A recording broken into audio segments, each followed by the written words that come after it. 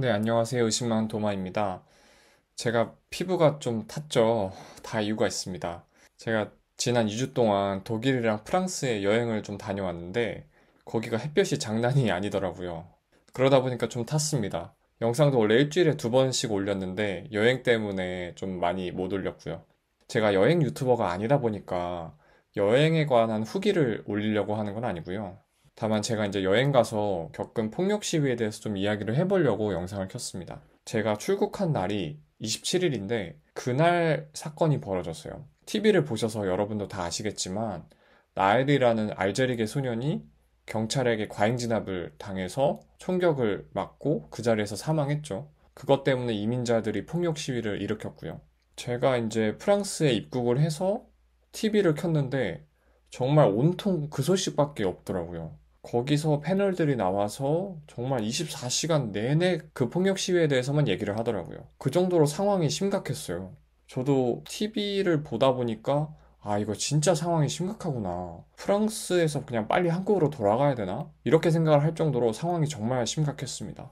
그래도 바깥의 상황은 TV에서 묘사하는 것만큼은 아니었어요. 제가 독일에서 리옹으로 넘어갔는데 리옹 같은 경우는 뭐 별다른 어떤 그런 폭력 시위의 조짐은 없더라고요. 근데 남부 도시 중에 마르세유라고 있거든요. 마르세유로 가니까 이게 상황이 실감이 나는 거예요. 막 버스 정류장이 깨져 있고 쓰레기통이 불타 있고 그리고 무엇보다 상점 유리창에 누가 돌을 던졌는지 깨져 있더라고요. 사이렌 소리도 좀 들렸고요. 방송에서 말하던 폭력 시위란 게 이런 건가 싶어서 좀 두렵기도 했습니다. 솔직히 좀 야속하기도 했어요. 난생 처음으로 프랑스에 와봤는데 밖에 어떻게 다니지? 여행은 어떻게 되지? 이 생각이 계속 나니까 그냥 여행 자체가 그냥 망쳤구나? 그런 생각이 들어서 시위대가 좀 야속하기도 하더라고요. 그리고 한편으로는 좀 이해가 안 갔어요. 아니, 경찰의 과잉 진압으로 청소년이 사망했는데 왜 명품 가방을 털고 애플 스토어를 털고 도대체 왜 그러지?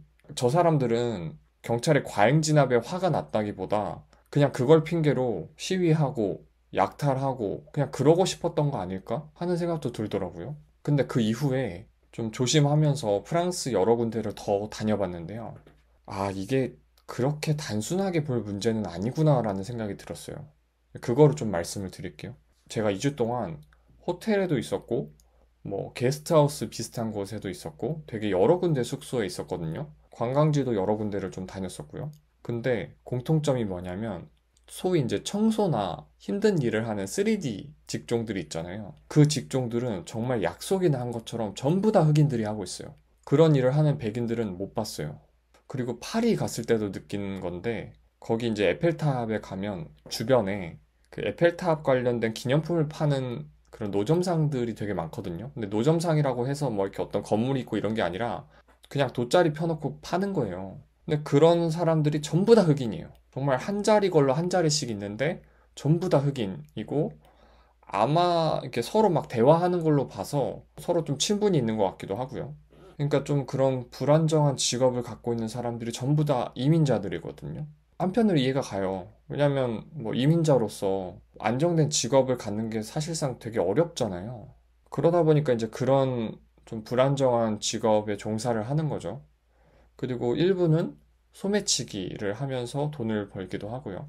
근데 이제 문제가 뭐냐면, 이런 이민자들이 저녁 때가 되면 그 광장 근처 그리고 이제 도시 외곽 쪽에 무리지어서 이렇게 모여 있어요. 제 기억에 마르세유였던 것 같은데 프랑스 같은 경우는 밤에 해가 늦게 지거든요. 그래서 7, 8시 돼도 되게 환해요. 그럼에도 불구하고 그 이민자들이 모여 있는 그 광장을 지나가는데 남자인 저도 좀 무섭더라고요. 그리고 더 아이러니했던 게 뭐냐면 아까 그 뉴스 채널 얘기했잖아요. 뉴스 채널에서 24시간 내내 이제 폭력 시위에 대해서 이야기를 하는데 패널들끼리 엄청 열정적으로 토론을 해요. 제가 불어는 못하지만 추측하건대 이민자들의 뭐 울분이라던가 뭐 폭력 시위의 정당성 이런 거에 대해서 이야기를 하는 거겠죠. 뭐 아나운서랑 또 뭐 사회 지도층으로 보이는 뭐 교수들 아니면은 뭐 그런 어떤 전문성을 갖고 있는 패널들이 나와서 이야기를 하는데 전부 다 백인이에요. 전부 다. 그러니까 이민자들에 대한 이슈인데 흑인이나 이민자로 보이는 사람들이 없더라고요. 그 방송을 보는 이민자들은 어떤 느낌일까 하는 생각도 한편으로 좀 들더라고요. 물론 뭐 이민자들의 이런 어떤 사회적인 어려움 때문에 뭐 폭력 시위가 정당하다 이렇게 이야기하는 건 아니에요. 그리고 이민자들에게 뭐 사회적으로 특혜를 줘야 된다 이렇게 주장을 하려는 것도 아니고요. 뭐 그거는 역차별이 될 수 있잖아요.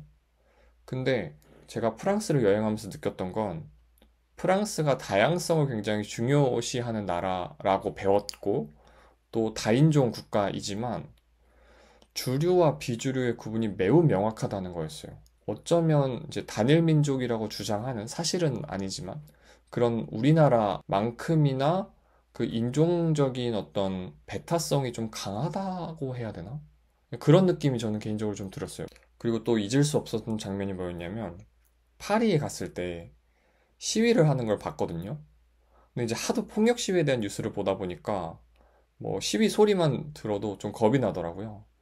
근데 이제 또 가까이 가서 봤는데 다행히 그게 이제 평화적인 어떤 행진하는 시위였어요. 프랑스 국기를 들고 이렇게 뭐라 뭐라 프랑스어로 구호를 외치면서 쭉 행진을 하는데 제가 이제 프랑스어를 못하지만 딱 한 단어는 알아보겠더라고요. 그게 뭐였냐면 프렉시트였어요. 영국이 유럽에서 나간 걸 브렉시트라고 하잖아요. 그러니까 브리튼이 유럽연합에서 엑시트했다 해서 브렉시트라고 하는 건데 그 시위대는 프렉시트를 주장하는 거예요. 그러니까 프랑스가 EU에서 나와야 한다라고 외치는 거죠. 근데 그 사람들이 그렇게 외친 이유가 뭐냐면 프랑스가 유럽연합 안에 있으면 이민자들을 더 많이 받을 수밖에 없고 그러면 주류의 질서가 흔들린다고 보는 것 같더라고요. 근데 이제 그 시위대들의 면모를 보니까 다 백인들이에요. 뭔가 중산층 백인들 내지는 상류층 백인들이 똘똘 뭉쳐서 나와서 시위를 하는 것 같더라고요. 그리고 이제 시위대에 합류하지 않았지만 길거리에서 그걸 보는 학생들도 그 구호를 따라 외치는 걸 봤고요. 아, 그걸 보면서 프랑스의 양극화 문제가 진짜 심각하구나. 그 주류와 비주류의 갈등도 되게 심각하고 인종 간의 갈등도 엄청 심각하고 이게 단순히 뭐 그냥 뭐 사회적인 어떤 분노를 풀기 위해서 폭력 시위를 일으켰다라고만 보기에는 이게 문제가 단순하지 않다라고 많이 느꼈어요. 그리고 이제 저는 어쨌든 한국 사람이다 보니까 우리나라 상황을 또 생각을 안 할 수 없겠더라고요. 뭐 우리나라 같은 경우는 프랑스만큼 다인종 사회는 아니지만 이게 사회적인 갈등이 점점 더 우리도 누적이 되고 있잖아요.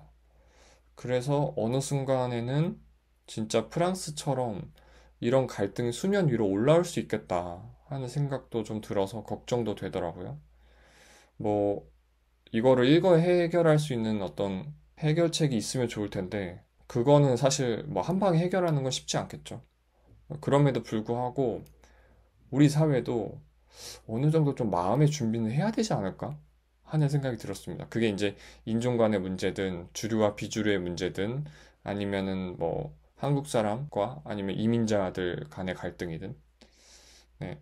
그래서 이제 프랑스 시위를 보면서 좀 느꼈던 바에 대해서 이야기를 오늘은 좀 해봤고요.